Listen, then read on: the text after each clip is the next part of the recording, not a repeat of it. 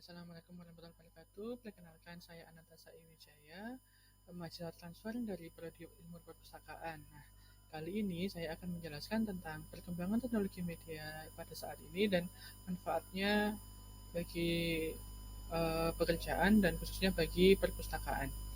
Oke, seperti yang kita tahu bahwa perkembangan teknologi media ini sudah cukup pesat di era ini dan hal ini dikarenakan kebutuhan manusia yang semakin meningkat dan untuk itu diperlukan waktu yang efisien dan efektif dalam mengerjakan pekerjaan tersebut. Nah, kali ini saya akan menjelaskan beberapa perkembangan teknologi media dari masa ke masa dan sebenarnya manfaatnya apa sih bagi perpustakaan? Oke, mari kita simak untuk yang berikut ini.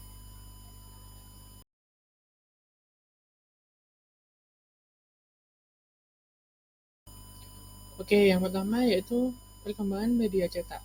Media cetak yang ini adalah pengertiannya dulu, yaitu media cetak adalah lembaran-lembaran informasi yang dicetak menggunakan alat yang telah disediakan untuk para pembaca atau masyarakat. Di sini media cetak contohnya seperti koran, majalah, dan lain sebagainya. Oke, selanjutnya yaitu akan dijelaskan tentang perkembangan media cetak dari masa ke masa. Oke, yang pertama yaitu media cetak itu awalnya ditemukan oleh seorang tokoh yaitu Johannes Gutenberg. Beliau adalah orang pertama yang menggunakan mesin cetak dengan model baja. Saat menggunakannya, beliau menggunakan ribuan kopi hasil cetakan dan menggunakan biaya yang relatif murah. Dan hasil pertamanya adalah cetakan Alkitab religius, di mana Alkitab itu untuk agama Protestan pada abad ke-16. Jadi pada abad itu masyarakatnya sudah menjadi melek huruf karena beliau sudah menemukan mesin cetak pertama kali. Selanjutnya yaitu perkembangan media cetak di Amerika. Nah, di Amerika ini produksi masalah cetakan berupa lembaran-lembaran berita itu semakin meningkat di kalangan masyarakat. Nah, akhirnya ada seseorang yaitu yang bernama Benjamin Harris menerbitkan koran yang bernama Public Occurrence pada tahun 1690. Nah, koran ini menggunakan mesin cetak yang berupa fotografi seperti yang kita kenal sekarang, banyak gambar-gambar tentang kejadian, dan akhirnya koran ini muncul pertama kali di Amerika dengan adanya perusahaan yang didirikan oleh Benjamin Harris tersebut. Oke, selanjutnya yaitu perkembangan media cetak di Cina, Jepang, dan Korea. Di Cina dan Jepang, teknik percetakan itu sudah dikenal pada abad ke-8, yaitu dengan menggunakan metode percetakan balok metode ini menggunakan balok kayu yang berukir yang digunakan untuk mencetak satu halaman tunggal dari suatu teks khusus. Lalu, di Korea, pada abad ke-15, itu menciptakan satu bentuk yang dapat digerakkan dengan apa yang dijelaskan oleh ilmuwan Perancis Henry yang menggunakan sistem dari Gutenberg, di mana dia bisa mencetak beberapa kertas, yaitu salah satu contohnya yang sudah tercipta yaitu mencetak kitab Injil yang ternyata itu bisa melipat gandakan beberapa jumlah cetakan, jadi jumlah cetakannya itu lebih besar dalam satu cetakan. Itu yang terjadi di Cina, Jepang, dan Korea, yaitu di kawasan Asia. Oke, media cetak yang sekarang dan pada masa kini itu sudah lebih praktis dan mudah, atau biasa yang kita pakai yaitu printer, di mana printer ini sekarang sudah tidak menggunakan hitam putih lagi, tapi juga bisa full color. Nah, dan juga bisa menggunakan berbagai kertas, seperti tidak hanya satu jenis kertas, yaitu bisa menggunakan kertas lain seperti kertas HVS yang sering digunakan sekarang, dan bisa mencetak beberapa contoh buku cetak seperti komik, seperti novel, seperti kata majalah, tabloid, dan lain sebagainya. Oke. Untuk selanjutnya itu seiring dengan perkembangan zaman, media cetak itu penggunanya semakin menurun. Hal ini dikarenakan pengguna atau seseorang itu membutuhkan waktu yang efisien untuk mempergunakannya dan membutuhkan waktu yang lebih cepat. Nah, karena itu muncullah media soft copy yang digunakan untuk mengakses jurnal atau mengakses majalah atau biasa e-book yang bisa digunakan oleh semua orang. Hal ini juga dilakukan oleh perpustakaan dan agar bisa melestarikan bahan pustaka dengan mudah ditemukan kembali. Selain itu, ada pula media online.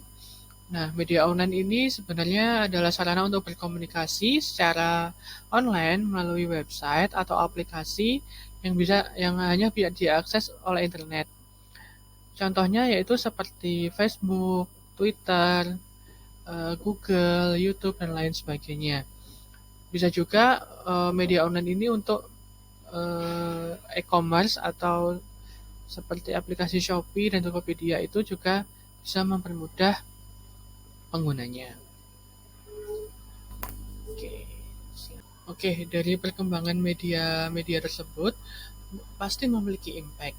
Impact secara umum yaitu konsumen akan memiliki tuntutan akan haus informasi semakin besar dan akan ada informasi yang banyak dan mudah didapat, tapi pengguna ini atau konsumen ini harus pandai-pandai dalam memilih informasi, apakah informasi tersebut benar-benar valid atau jangan-jangan ada yang informasi yang hoax atau tidak benar. Lalu, maka dari itu harus benar-benar dicek dulu sebelum percaya akan informasi yang didapatkan. Perkembangan media ini juga memiliki impact bagi perpustakaan, yaitu impact-nya adalah bisa membantu meringankan pekerjaan pustakawan, seperti berkembangnya teknologi otomasi perpustakaan, yaitu seperti adanya SLIMS atau INLIST, jadi bisa memperringan pekerjaan pustakawan. Dan dengan adanya ini juga memudahkan pengguna, seperti adanya perpustakaan digital yang terjadi sekarang ini, jadi tidak perlu pengguna itu langsung datang ke perpustakaan, tapi bisa mengakses perpustakaannya melalui handphone ataupun laptop yang dimilikinya atau gadget lain. Gitu. Oke, dari penjelasan tersebut muncullah pertanyaan, sudah siapkah pustakawan di Indonesia dalam menghadapi perkembangan teknologi media saat ini? Nah, kalau menurut saya, siap nggak siap harus siap dalam menghadapi perkembangan teknologi media ini, karena yang pertama, kalau tidak mengikuti perkembangan teknologi media ini mungkin akan tertinggal dari yang lain, lalu mungkin perpustakaannya akan ditinggal karena saat ini itu pengguna khususnya lebih mudah, lebih tertarik dengan perpustakaan yang teknologinya maju, seperti dalam segi pelayanannya, mungkin dari segi karena sekarang sering menggunakan WiFi ya, mungkin dari segi fasilitasnya. Nah, itu adalah, jadi siap tidak siap pustakawan itu harus siap dalam menghadapi perkembangan teknologi media ini, karena yang satu untuk memenuhi kebutuhan pengguna, yang kedua mempermudah pekerjaan. Oke, lalu saran saya, sebaiknya pustakawan ini di Indonesia khususnya harus siap dalam menghadapi teknologi yang ada, dan harus siap juga jika ada pelatihan-pelatihan mengenai teknologi yang bisa diterapkan di perpustakaan, harus siap mengikuti. Nah, begitu saja penjelasan dari saya. Wassalamualaikum warahmatullahi wabarakatuh.